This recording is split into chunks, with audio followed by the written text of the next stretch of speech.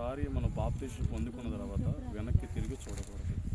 పాత జీవితం, రోత జీవితం, పాప జీవితం మొత్తం నీటిలో కిందకి వెళ్ళిపోద్ది.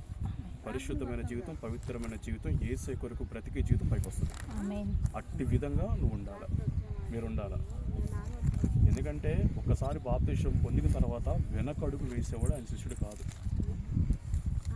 మరలా అతను మారు మనసు పొందాలంటే అసాధ్యమని వాక్యం చెప్తుంది. మీరు జాగ్రత్తగా ఏంటంటే ఒక్కసారి బాప్తిసం పొందిన తర్వాత వెనకడుగు ఎప్పటికీ వేయద్దు. దుష్టుడు ఎన్నో ఆలోచనలు, ఎందుకంటే ఈ లోకము వాడి స్వాధీనంలో ఉంది. ఎన్నో రకాలుగా ప్రయత్నాలు చేస్తాను, పడగొట్టాలని ప్రయత్నం చేస్తాడు. మీరు నిలబడాలని ప్రార్థన చేయాలి. ఆడు పడగొట్టేవాడు, మనం నిలబడాలి యేసు ప్రభు గారు. ఎందుకంటే అనేక మంది వెనక్కి వెళ్ళిపోయారు, సందేహించి వెనక్కి వెళ్ళిపోయారు. అయ్యగారు చెప్పిన విధంగా మనకి సందేహం లేదు. ఎందుకంటే పైన అధికారం అయిందే, కింద అధికారం కూడా అయిందే. కృప, సమాధానం, సంతోషం అన్నీ ఇస్తాడు.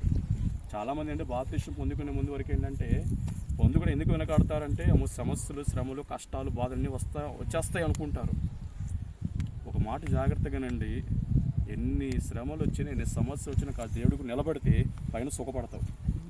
కింద సుఖపడితే పైన కష్టపడతాం మనం. అందుకని యేసు ప్రభు గారికి నిలబడండి, మంచి సాక్షిగా నిలబడండి. దేవుడి మీరు తెలుసుకునే యేసయ్యని అనేక మందికి మీ సాక్ష్యం ద్వారా చెప్పాలి. అసలు మొదటి మీ బాధ్యత ఏంటంటే ఆ రోజు పౌలు గారు బాప్తిసం పొందుకున్న వెంటనే యేసయ్య దేవుడని ప్రకటించాడు, దృఢంగా బలంగా ప్రకటించాడంట. మీరు కూడా అనేక మందికి యేసు ప్రభు గారి గురించి చెప్పాలి, ఆయన ప్రేమ గురించి, కృప గురించి. ఈ లోకం శాశ్వతం కాదు అని మీరు తెలుసుకొని వచ్చారు ఇక్కడికి. పరలోకం శాశ్వతం ఉన్నదని బాప్తిసం పొందుకుంటున్నారు.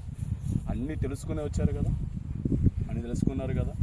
మళ్ళీ జీవితంలో ఇక్కడి నుంచి మీరు నూతనమైన జీవితం చెప్పాలంటే ఇక్కడి నుంచి యేసు ప్రభు గారు మీ సంవత్సరాలు లెక్కేస్తాడు. ఇక్కడి నుంచి నువ్వు పుట్టినట్టు లెక్క. ఏదో నువ్వు పుట్టావో అవన్నీ పాతవి, గతించేసాయి. ఇప్పటి నుంచి నువ్వు పుట్టింది లెక్క వస్తుంది. ఎన్ని సంవత్సరాలు దేవుళ్ళు ఉంటుంది, బతికినంత కాలం మరణం వరకు నువ్వు ఆయనకి నమ్మకంగా పనిచేయాలి. మరణం వరకు సాక్షిగా బ్రతకాలి దేవుడి గురించి. నిజంగా మనం గట్టిగా ఆయన కొరకు నిలబడితే గట్టి కార్యాలు దేవుడు చేస్తాడు. హల్లెలూయా, హల్లెలూయా. సమస్తం ఆయన దగ్గర ఉంది కాబట్టి బాప్తిసం పొందుకున్న తర్వాత దయచేసి చెప్తున్నా, వెనకడుగు మాత్రం వేయద్దు, లోకం వైపు చూడద్దు. వాడు ఎన్నో ప్రయత్నాలు చేస్తాడు నీ చూపు తిప్పడానికి. నేను మాత్రం ఎట్టి పరిస్థితుల్లో వాడి వైపు అయితే మనం చూడకూడదు. నువ్వు ఎవరి వైపు చూడాలంటే యేసయ్య వైపే చూడాలి, యేసయ్య కొరకే నిలబడాలి. మందిరంలో కానీ ఒకసారి బాత్రూమ్ పొందుతాడు, మందిరంలో సాక్షి నిలబడాలి. పరిచయంలో కానీ, సేవలో కానీ, ప్రతి విషయంలో సేవకులకు సహకరించే విధంగా ఉండాలి. ఎవరు సహకరించాలి? సేవకులకి నువ్వు సహకరించాలి.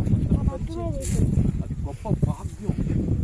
దేవుడు లెక్కలాడతాడు చివరిలో, నువ్వు లెక్కలేస్తాడు. ఎంతగా దేవుళ్ళో ఉన్నావు, ఎంతగా ఎదుగుతున్నావు, ఎంతగా దేవుళ్ళో ఉంటున్నావు, ఒక లెక్క ఉంటుంది. అర్థమైందా?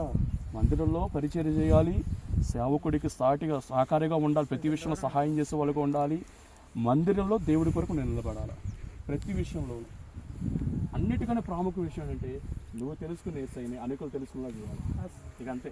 మెయిన్ పాయింట్ నీది. మెయిన్ విషయం అంటే నువ్వు తెలుసుకునే యేసయ్య అనేకులు తెలుసుకోవాలా.